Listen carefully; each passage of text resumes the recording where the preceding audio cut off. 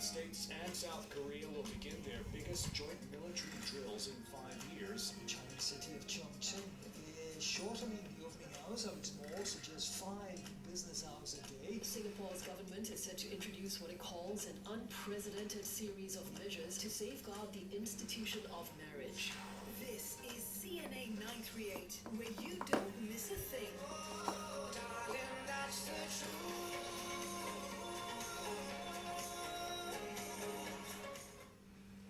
All I know is the truth.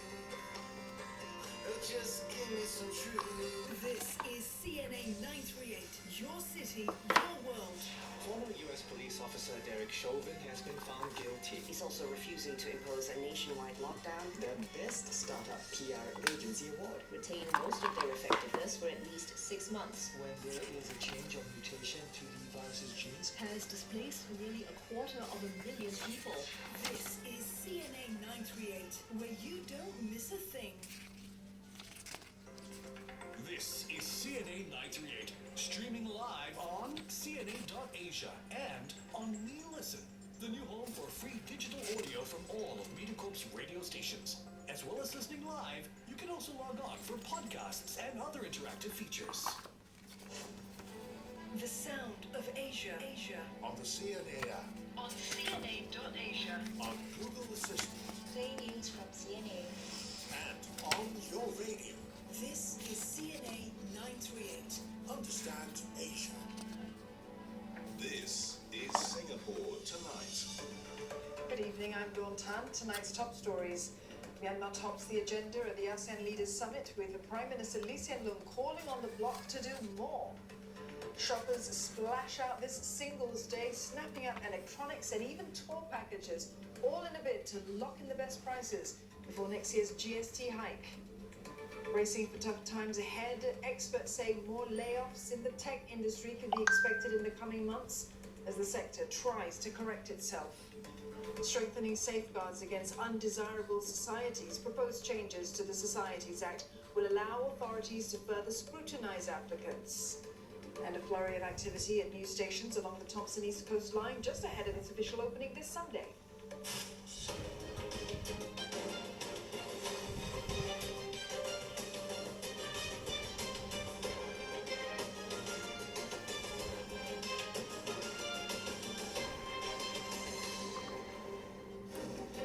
I'm looking for also tonight.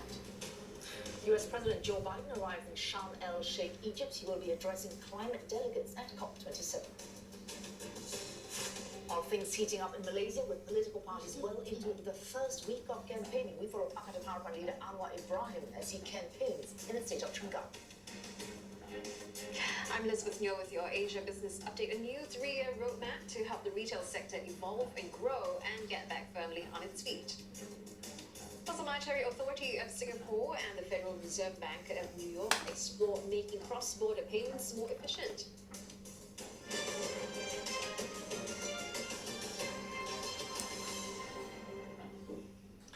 Prime Minister Lee Hsien Loong says that ASEAN's work must carry on and it cannot be held back or held hostage by any one member state's inability to fulfill its obligations. On the first day of the ASEAN summit, Prime Minister Lee Hsien Loong also repeatedly called for the bloc to remain united, but also to be open and inclusive to global partners amid rising geopolitical tensions. Heidi Earn with more from Phnom Penh.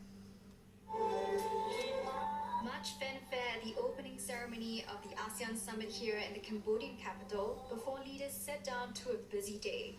No surprises that the situation in Myanmar topped the agenda.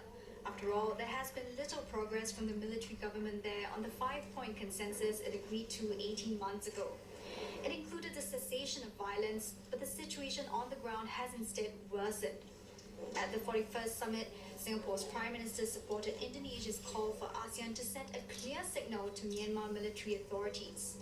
He advocated for the country to be invited only at the non-political level for ASEAN summits and all of the bloc's ministerial level meetings if there continues to have no progress. Using strong words, Mr. Lee says the Tatmadaw has disregarded ASEAN despite best efforts and direct entreaties by bloc chair Cambodia. Mr. Lee's suggestion is a step up from the status quo, where Myanmar's political representation is already excluded from bloc summits and foreign ministers' meetings.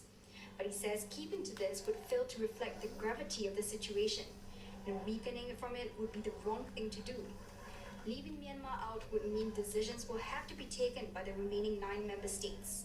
Earlier in the summit, Mr. Lee mentioned other pressing things ASEAN must address. This includes continuing to engage China on the South China Sea Code of Conduct to minimize the chances of mishap and escalation.